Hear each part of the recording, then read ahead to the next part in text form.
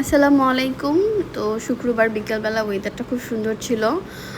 Husband বলল আমাদের বসুন্ধরার একটা পার্ক হয়েছে এন ব্লকে, সো আমরা ওই জায়গাটাতে যাব। আমরা এর আগে যাইনি। তো এই তো খুব সুন্দর কালারফুল ড্রেস পরে রেডি হয়ে নিলাম। আর আমার বাচ্চারা এখন খেলাধুলা করছে, আমার পিছনে ওরা চিলাচিলি করছে, সো ওদের কথা বলার শব্দ আসছে।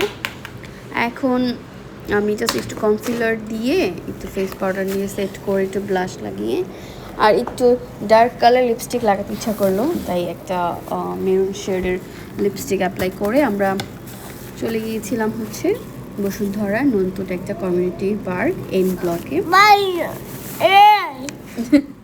তো আমি ভয়েস ওভার দিচ্ছি দেখে আমার ছেলেও কথা বলছে।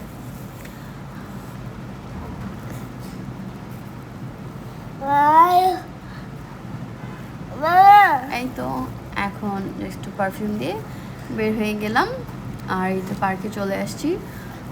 সুন্দর পার্কটা, বাচ্চাদের খেলাধুলা করার জন্য সুন্দর আছে। একটু ব্যায়াম করা যাবে এখানে, সকালবেলা এক্সারসাইজ করা যাবে।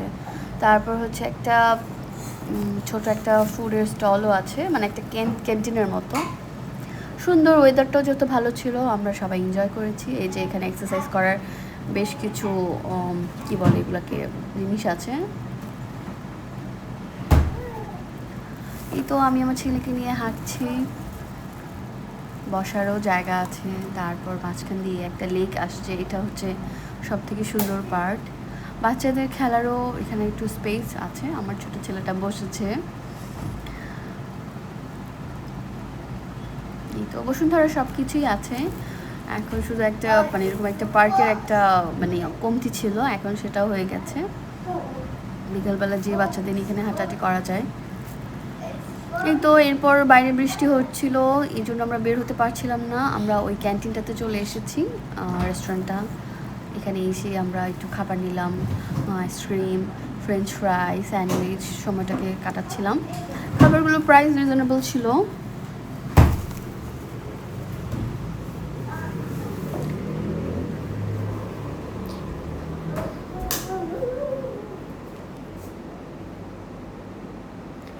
এই তো এরপর আমরা বাচ্চারা খেলাধুলা করছিল, আমরা ওদেরকে দেখছিলাম। তারপর আমরা খাওয়া দাওয়া শেষ করে চলে আসলাম বাসায়। আজকে এই পর্যন্তই, ব্লগটা এখানে শেষ করছি।